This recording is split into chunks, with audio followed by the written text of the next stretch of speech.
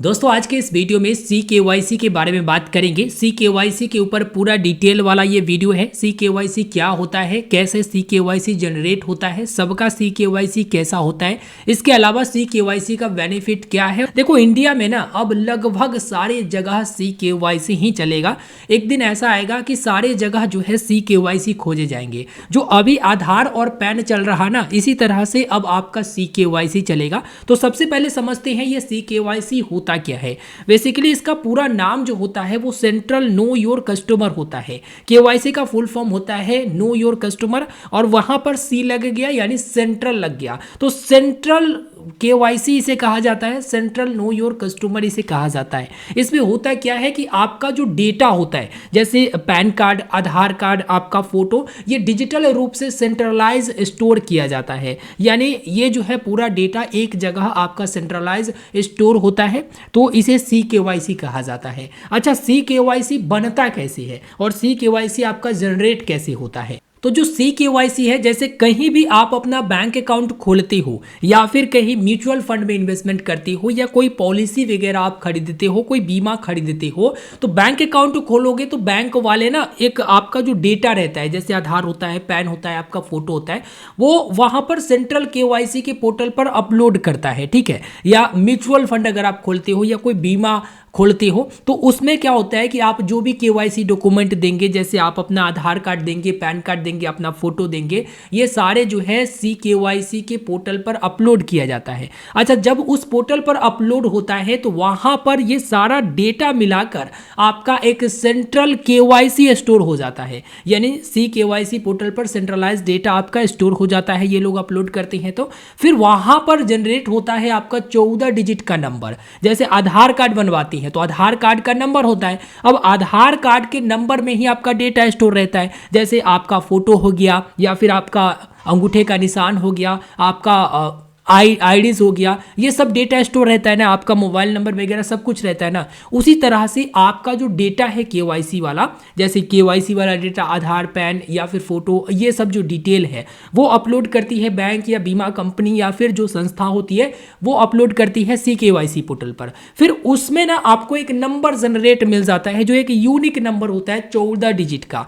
और यही 14 डिजिट का नंबर होता है आपका CKYC नंबर। लेकिन अब इसमें सवाल ये आता है कि ये जो CKYC नंबर है ये आप लोगों को मिलता कैसे है। तो देखो, अभी आप अगर ग्रो वगैरह अकाउंट खोले होंगे तो अकाउंट वाले सेक्शन में देखोगे CKYC नंबर आपको दिखता है। नहीं तो किसी भी बैंक में अगर आप अकाउंट खोले हैं और बैंक से आप जो है प्राप्त कर सकते हैं, उनको कहोगे कि मुझे CKYC नंबर चाहिए तो वो दे देंगे। या फिर बैंक का जो मोबाइल एप्लीकेशन होता है, कई सारे बैंक मोबाइल एप्लीकेशन में ही आपका CKYC नंबर शो कर देता है, पूरा के पूरा शो हो जाता है, तो वहां से आप नोट कर सकते हैं। इसके अलावा जो संस्था है, जैसे आप कहीं पॉलिसी वगैरह करवाती हैं, उस संस्था से भी आपको CKYC नंबर मिल जाती है। या सेंट्रल KYC एक पोर्टल है, वहां से भी आप अपने मोबाइल नंबर को एंटर करके अपना CKYC नंबर प्राप्त कर सकते हैं। तो CKYC के अब फायदे क्या हैं इसके बारे में समझते हैं, क्योंकि आप लोगों के मन में ये घूम रहा होगा कि मेरे पास आधार कार्ड है, पैन कार्ड है, मैं खुद हूं या फिर मेरा फोटो है, तो फिर ये CKYC की जरूरत क्या है।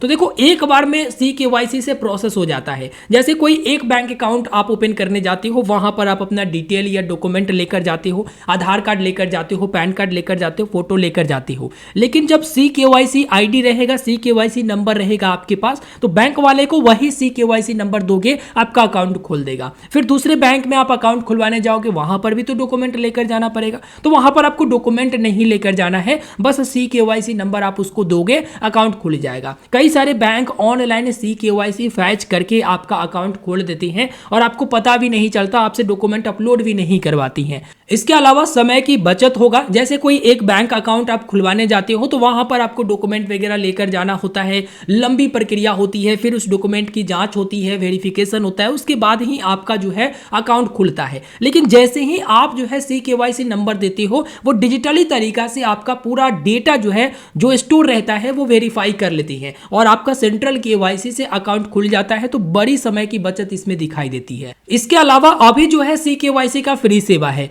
मतलब अभी जो आपका यूनिक 14 डिजिट का नंबर CKYC आईडी या CKYC नंबर जनरेट होता है वो बिल्कुल फ्री होता है। और CKYC जो यूज भी करते हो ना, कहीं पर आप अकाउंट खोलने में यूज करते हो या निवेश करने में या बीमा में, अगर आप CKYC नंबर यूज करते हो तो इसके लिए भी कोई चार्जेस नहीं है, ये बिल्कुल फ्री है। इसके बाद एक और फायदे है कि भाई इसमें सुरक्षा वाली बात आ जाती है। जैसे आप कहीं पर फिजिकल डॉक्यूमेंट लेकर जाओगे तो खोने का डर रहेगा कि कहीं खो गया तो वहां पर क्या देंगे, या फिर कहीं मिसयूज हो गया, कहीं पर अपलोड कर दिए मिसयूज हो गया तो उसका क्या होगा। लेकिन जो CKYC है ना, वो सिर्फ और सिर्फ आप नंबर याद रखिए, नंबर आप वहां पर दोगे वैसे ही आपका काम हो जाएगा। तो एक तरह से ये सुरक्षित है कि इसमें आपको फिजिकल कोई भी डॉक्यूमेंट नहीं ले जाना पड़ेगा। इसके अलावा कहीं भी आपको डॉक्यूमेंट अपलोड नहीं करना कि यहाँ पर आधार अपलोड करो, पैन अपलोड करो या अपना फोटो अपलोड करो, बस CKYC नंबर दोगे आपका काम हो जाएगा।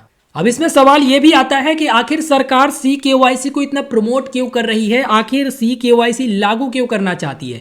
देखो, आधार लागू करना चाहती थी, हो गया, पैन कार्ड तो इस्तेमाल हो ही रहा है, बाकी और भी डॉक्यूमेंट इस्तेमाल हो रहा है। अब इसमें नया जो आईडी रहेगा वो CKYC आईडी रहेगा। और ये CKYC सरकार इस्तेमाल क्यों करना चाहती है, इसको ज़्यादा से ज़्यादा प्रयोग में लाना क्यों चाहती है, तो इसका सबसे बड़ा वजह है धोखाधड़ी की रोक। तो CKYC में क्या होगा कि एक ही व्यक्ति अलग अलग जो है फर्जी डॉक्यूमेंट के साथ अकाउंट नहीं खुलवा सकती हैं।